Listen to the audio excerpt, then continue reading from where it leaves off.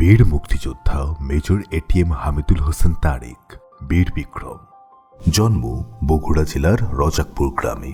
তিনি ছিলেন বগুড়া জেলা স্কুলের ছাত্র। 1971-এ ছাত্র অবস্থায় তিনি 7 নং সেক্টরের একজন মুক্তিযোদ্ধা ছিলেন। একজন অকুতোভয় অসীম সাহসী যোদ্ধা হিসেবে বীরত্বের স্বীকৃতি স্বরূপ তিনি মাত্র 19 বছর বয়সে বীর বিক্রম উপাধিতে ভূষিত হন। বগুড়া জেলায় তিনি একমাত্র বীর বিক্রম পদকে ভূষিত ছাত্র মুক্তিযোদ্ধা। 1974 সালে বাংলাদেশ সেনাবাহিনীতে যোগদান করেন।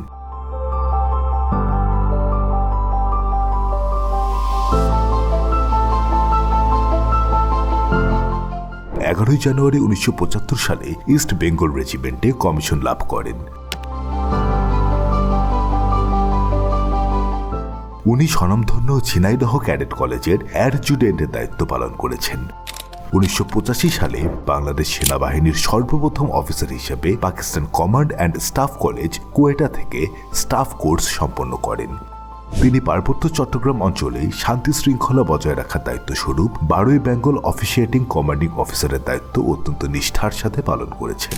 1989 সালে তদানীন্তন সরকারের রোষানলে পড়ে সেনাবাহিনী থেকে অকালীন বাধ্যতামূলক অবসর নিতে বাধ্য হন। তিনি বাংলাদেশ আনসার ও ভিডিপির চট্টগ্রাম রেঞ্জের ডিরেক্টর পদে কর্মরত ছিলেন। পরবর্তীতে পদ্মা অয়েল কোম্পানির হেড অফ মার্কেটিং ও এইচআর দায়িত্বপ্রাপ্ত ছিলেন। বহুদিন ধরে তিনি লেখালেখির সাথে জড়িত। বাংলাদেশের বিভিন্ন জাতীয় দৈনিক পত্রিকায় তিনি নিয়মিত লিখে যাচ্ছেন। তিনি একজন মুক্তিযুদ্ধের গবেষক ও লেখক। তার লেখা মুক্তিযুদ্ধ বিষয়ক বইসমূহ পাঠক সমাবেশে খুবই জনপ্রিয়তা পেয়েছে। এছাড়াও তিনি বিভিন্ন টিভি চ্যানেলে মুক্তিযুদ্ধ বিষয়ক অনুষ্ঠান সঞ্চালন করে মুক্তিযুদ্ধে অংশগ্রহণকারী বীর মুক্তিযোদ্ধাদের কথা ভবিষ্যতের প্রজন্মের কাছে তুলে ধরেছেন। বর্তমানে তিনি দি ঢাকা মার্কেন্টাইল কোঅপারেটিভ ব্যাংক লিমিটেডে একজন পরিচালক পদে কর্মরত আছেন।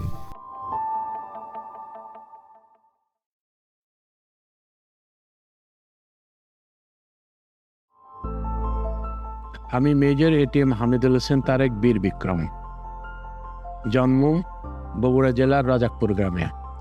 আমার পিতা মরহুম আব্দুল হামিদ, যিনি একজন পুলিশ অফিসার ছিলেন। 1971 সালে মুক্তিযুদ্ধের সময় আমার পিতা সৈয়দপুর নীলফামারীর সাব ডিভিশনের পুলিশ অফিসার হিসেবে চাকরিরত ছিলেন। আমি বগুড়া জেলা স্কুলের ছাত্র এবং 1971 সালে সৈয়দপুর কলেজে অধ্যয়নরত ছিলাম। আমি মুক্তিযুদ্ধের ট্রেনিংয়ের জন্য দার্জিলিংয়ের পানিঘাটায় যাই মুক্তিযুদ্ধ ক্যাম্পে। মুক্তিযুদ্ধের সময় যখন আমরা ফুলবাড়ি থেকে রংপুর, দিনাজপুর, বগুড়া এই অক্ষপথে অগ্রসর হচ্ছিলাম, তখন নবাবগঞ্জ, পলাশবাড়ি, পীরগঞ্জের এখানে আমার একটা ঐতিহাসিক অপারেশন হয়, যে এখানে আমি মেজর জেনারেল নাজার হোসেন শাহ, যিনি ছিলেন পাকিস্তান সেনাবাহিনী 16 ইনফ্যান্ট্রি ডিভিশনের জেওসি, তাকে অ্যাম্বুশ করি। এই ঐতিহাসিক অ্যাম্বুশের জন্যই মাত্র 19 বছর বয়সে বাংলাদেশ সরকার আমাকে বীর বিক্রম উপাধি ভূষিত করে, একমাত্র বগুড়া জেলার ছাত্র হিসাবে। 2004 সালের জানুয়ারি মাসের এক শীতের সকালে হঠাৎ করে আমার বাড়ির টেলিফোনটা বেজে ওঠে। আমি টেলিফোন রিসিভ করার সাথে সাথে ও প্রান্ত থেকে ভেসে আসে আমি group captain Abu Jafar Chowdhury, chairman the Dhaka mercantile cooperative bank বলছি। আমি ওনাকে সালাম জানাই। প্রথমে আমি ওনাকে চিনতে পারি নাই। পরে উনি বললেন যে আপনি মেজর হামিদুল হোসেন তারেক বীর বিক্রম কিনা? আমি বলছি হ্যাঁ, আমি মেজর হামিদুল হোসেন তারেক বীর বিক্রম। বললেন যে আপনি যদি একটু আমার ব্যাংকে আসেন। আমি প্রথমে একটু ইতস্তত করলাম, পরে টেলিফোন রেখে দেওয়ার পরে হঠাৎ করে আমার মনে পড়লো, আরে এই সেই আবু জাফর চৌধুরী, ইনি বীর মুক্তিযোদ্ধা গ্রুপ ক্যাপ্টেন আবু জাফর চৌধুরী। ওনার সাথে আমার দেখা হয়েছিল 1978 সালের এক সকালবেলা চট্টগ্রাম বিমানবন্দরে। তখন আমি 29 ইস্ট আরএনএস ব্যাটালিয়নে চাকরিরত ছিলাম এবং আমার ইউনিট ছিল পার্বত্য চট্টগ্রামে ইনসার্জেন্সি ডিউটিতে। আমার হেডকোয়ার্টার ছিল রুমা গ্যারিসনে এবং আমার কোম্পানি আমি থাকতাম রনিপাড়াতে। তো আমি এসেছিলাম এয়ারপোর্টে যে আমাকে রনিপাড়াতে যেতে হবে, কিন্তু হেলিকপ্টার আমাকে রুমা পর্যন্ত পৌঁছায় দেবে, তার পরবর্তীতে আমাকে ওখান থেকে হেঁটে যেতে হবে রনিপাড়াতে। আমি যখন এয়ারফোর্স অফিসার মেসে বসে আছি, তখন দেখলাম যে একজন সুদর্শন পাইলট ফ্লাইট লেফটেন্যান্ট আমার কাছে এসে জিজ্ঞেস করলেন আপনার নাম? আমি বললাম আমি তখন ক্যাপ্টেন হামিদুল হোসেন বীর বিক্রম। বলে গো আপনি মুক্তিযোদ্ধা? আমি বলি হ্যাঁ মুক্তিযোদ্ধা। আপনি বীর বিক্রম উপাধি পেয়েছেন? আমি বলি হ্যাঁ। তো উনি বললেন আমিও মুক্তিযোদ্ধা। উনি ছিলেন বীর মুক্তিযোদ্ধা গ্রুপ ক্যাপ্টেন আবু জাফর চৌধুরী। উনি আমাকে জিজ্ঞেস করলেন যে আপনাকে রুমা পর্যন্ত নামা যেতে হবে, কিন্তু আপনি যাবেন তো রনিপাড়া, এইটুকু পথ কিভাবে যাবেন? আমি বলি হেঁটে যাবো। তো উনি বললেন আরে রাখেন, আপনি মুক্তিযোদ্ধা আমি মুক্তিযোদ্ধা, তো আপনি আসেন আমার। তো আমি ওনার হেলিকপ্টার ওঠার পর উনি আমাকে ঠিক রুমাতে না নামিয়ে রনিপাড়াতেই নামিয়ে দিলেন। এই ওনার সাথে পরিচয় তখন আমার মনে পড়লো, এবং পরের দিন সকালবেলায় আমি ওনার গুলশান অফিসে আসলাম। উনি তখন চেয়ারম্যান হিসেবে ঢাকা মার্কেন্টাইল কোঅপারেটিভ ব্যাংকে কর্মরত। তারপর থেকে আমাদের সাক্ষাৎ। আমি তখন চাকরি করতাম পদ্মা অয়েল কোম্পানিতে।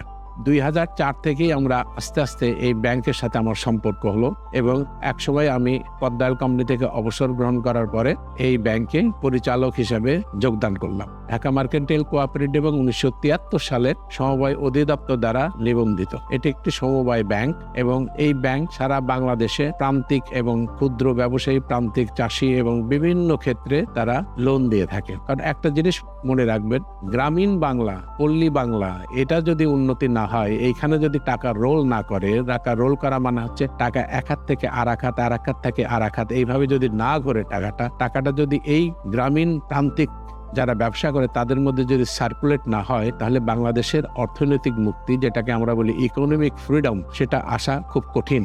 তো এই জন্যই ঢাকা মার্কেন্টাইল ব্যাংক নিরলসভাবে কাজ করছে। ঢাকা মার্কেন্টাইল ব্যাংক সাধারণত ক্ষুদ্র যারা ব্যবসায়ী আছে, ধোপি, নাপিত, কার্পেন্টার, ছোট ছোট দোকানদার, এইভাবে তাদের ক্ষুদ্র ক্ষুদ্র ঋণ দিয়ে তাদেরকে স্বাবলম্বী করে তোলে। এমনও ইনস্ট্যান্স আছে যে যারা 5 লক্ষ 10 লক্ষ টাকা লোন নিয়েছে বা 1 লক্ষ 2 লক্ষ টাকা লোন নিয়েছে, পরবর্তীকালে তারা ব্যবসা করে এমন উন্নতি করেছে তারা 5 কোটি 6 কোটি টাকা পর্যন্ত তাদের মূলধন হয়েছে। এইভাবে ঢাকা মার্কেন্টাইল কোঅপারেটিভ ব্যাংক বাংলাদেশের অর্থ উন্নয়ন এবং বাংলাদেশের অর্থনৈতিক স্বাধীনতা আনয়নের জন্য নিরলসভাবে কাজ করে চলছে।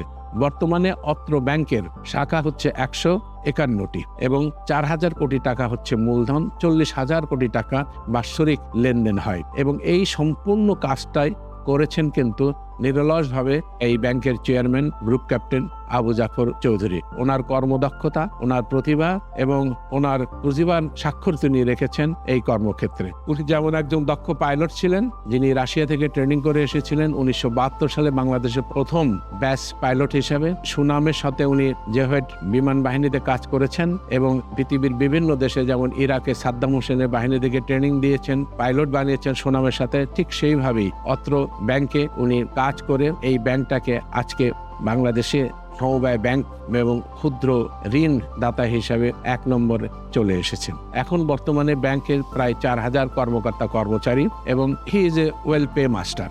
এখানে একজন পিয়ন, যে একজন অফিস অ্যাটেন্ডেন্ট, যে প্রায় 40 থেকে 50,000 টাকা বেতন পায়, একজন ক্লিনার 20 থেকে 30,000 টাকা বেতন পায়। এইভাবে ধাপে ধাপে উনি এই ব্যাংকের সকল কর্মকর্তা কর্মচারীকে এমন একটা বেতন কাঠামোতে নিয়ে গেছে, যার ফলে এই ব্যাংকের সবচেয়ে বড় জিনিস যে এখানে ঘুষের কোনো কারবার নেই। ঘুষ দিয়ে এখানে কোনো লোন দেওয়া হয় না, ঘুষ দিয়ে কেউ কোনো চাকরিও পায় না। তো এইভাবেই এই ব্যাংকটা আস্তে আস্তে এগিয়ে চলছে।